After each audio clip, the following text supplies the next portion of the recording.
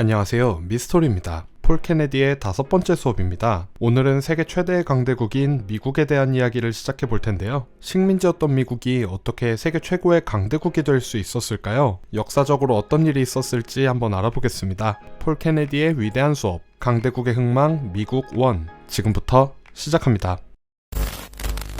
미국은 많은 국가들이 롤모델로 삼는 나라입니다. 세계 1위 국가이기도 하고 150년이 넘는 세월 동안 계속해서 발전을 거듭하기도 했죠. 사실 처음에 미국은 지금처럼 단합된 여러 주들로 이루어진 국가는 아니었습니다. 영국과 스코틀랜드에서 온 이민자들이 지방정부를 만들어서 각각의 주를 통치하고 있었을 뿐이죠. 하지만 영국 조지 3세의 식민정치에 지친 사람들은 저항을 꿈꾸며 동부에 모였는데요. 그렇게 미국의 해방전쟁, 다른 말로 독립전쟁이 일어나게 되죠. 미국은 이 전쟁에서 영국 본토와 거리가 멀었던 점, 그리고 식민지 이주민들의 단합된 군대라는 이점을 활용해 승리하게 되고 결국 영국은 패배해 미국 땅에서 물러나게 됩니다. 당시에 미국은 강대국 중에서는 약한 편이었습니다. 프랑스, 네덜란드, 스페인의 인정을 받는 독립국가긴 했지만 언제든 유럽 열강들이 다시 간섭할 수 있겠다는 그런 두려움이 있었죠. 그래서 미국은 미국과 유럽 국가들이 서로 간섭하지 않는다는 내용의 먼로 독트린을 통해 자신의 위치를 다졌습니다. 서반구에서 미국이 가장 우월한 세력이며 방해 세력은 용인할 수 없다고 천명한 것이죠. 시간이 지나 19세기 미국은 노예 문제를 놓고 남북전쟁에 휩싸입니다. 링컨이 이끄는 북부 해방 세력과 남부연합 간의 내전이 일어났죠. 비록 내전이 일어난 시기였지만 미국은 오히려 성장했습니다. 폴 케네디에 따르면 이 시기 미국은 두 가지 측면에서 두드러진 성장을 이뤘는데요. 그 첫 번째는 바로 인구 성장입니다. 미국은 이민자들에게 가장 매력적인 국가였는데요. 많은 공장 일자리와 토지 무상 제공 등으로 유럽 이민자들이 19세기까지 수없이 밀려들어왔죠. 그 결과 1850년부터 1930년대까지 수십 년간 미국의 인구는 10년마다 약 2천만 명씩 늘어났습니다. 1914년 미국은 유럽의 그 어떤 나라보다 인구가 많은 국가가 되었죠. 새로운 기술과 산업, 그리고 국가 발전에 활용할 수 있는 노동력을 갖춘 국가가 되었습니다. 이것은 두 차례 세계대전에서 막강한 군대를 갖춘 배경이 되기도 했죠. 거대하고 현대적이고 진보된 기술을 갖춘 대규모 인구가 바로 미국의 첫 번째 이점이었습니다. 두 번째는 인구 증가 시기에 발맞춰 성장한 미국 경제입니다. 미국의 국민 총생산은 유럽 국가들보다 빠르게 성장했습니다. 1917년에는 영국과 프랑스, 러시아를 합친 것보다 미국의 경제 규모가 더 컸죠. 이 시기 미국의 정치인들은 자신들이 경제 강국이 되었고 힘을 가졌음을 본능적으로 감지했습니다. 1930년대 히틀러가 등장하고 일본이 아시아 국가들을 점령할 때도 미국인들은 자신들이 점령당하고 누군가가 미국을 지배한다는 상상조차 하지 못했는데요. 거의 세계에서 유일하게 세계대전에서도 안전함을 느낄 수 있는 나라였죠. 그래서 2차 세계대전 당시 참전을 놓고 많은 논쟁이 오갔습니다. 미국이 공격받은 것도 아닌데 손해만 큰 전쟁을 굳이 해야 되냐는 의견이 많았죠. 하지만 1941년 12월 7일 일본이 진주만을 공습하면서 미국은 전쟁에 참여하게 됩니다. 바로 다음날 태평양 전쟁이 발발했고 3일 뒤 12월 11일 히틀러는 어리석게도 미국에 선전포고를 했죠. 결국 전쟁에 휘말리게 된 미국이지만 미국의 생산력은 타의 추종을 불허했습니다. 가지고 있던 막강한 생산력을 바탕으로 전쟁 물자를 만들어내기 시작했죠. 당시 미국 경제는 다른 강대국들보다 서너 배는 컸습니다. 이것은 더 많은 항공모함, 더 많은 전투기, 전함, 구축함, 잠수함을 생산할 수 있다는 뜻이고 누구든 이길 수 있다는 뜻이었죠. 그리고 미국은 이것을 실현시켰습니다. 결국 1945년 2차 세계대전이 끝날 때 미국은 모두가 인정하는 세계 유일의 최강국으로 부상하게 됩니다. 1945년 이후 세계 총생산 비율에서 미국의 파이가 줄어들기는 했지만 이것은 미국이 덜 부유해졌다기보다는 나머지 국가들이 미국을 모방해 같은 시기 미국보다 빠르게 성장했다고 봐야 합니다. 그리고 그렇다고 해도 미국은 여전히 세계 제1의 강대국이죠. 이 사실은 미국의 국가적 자부심입니다. 미국의 군사력은 세계 어디든 도달할 수 있고 이것은 다른 어떤 국가보다 뛰어난 보급 능력을 의미하죠. 다시 말해 언제 어디서든 미국은 군사적 도전에 맞설 수 있습니다. 그런데 다른 한편에서 일부 비판가들은 이것을 제국주의적이라고 말하는데요. 미국은 이것에 대해 자신들은 과거 영국이나 프랑스 같은 낡은 식민주의 국가가 아니라고 주장합니다. 하지만 1945년 1945년 이후 미국은 지역동맹 시스템을 통해 전 세계에 군대를 주둔시키고 있죠. 미 해군은 지중해 함대와 태평양 함대를 가지고 있고 공군은 오키나와와 필리핀에 한동안 공군기지를 갖고 있었습니다. 2차 세계대전이 끝난 지 수십 년이 지났지만 미국의 대규모 육군 및 공군기지는 일본 남부와 독일, 이탈리아, 영국 동부에 주둔하고 있고 1980년대 이후 중동에도 주둔하고 있습니다. 미국이 세계 최고의 강대국인 세계, 여러분들은 어떻게 생각하시나요? 누군가는 그래도 그게 제일 낫다고 말하고 누군가는 미국 제국주의의 횡포라고 말하죠.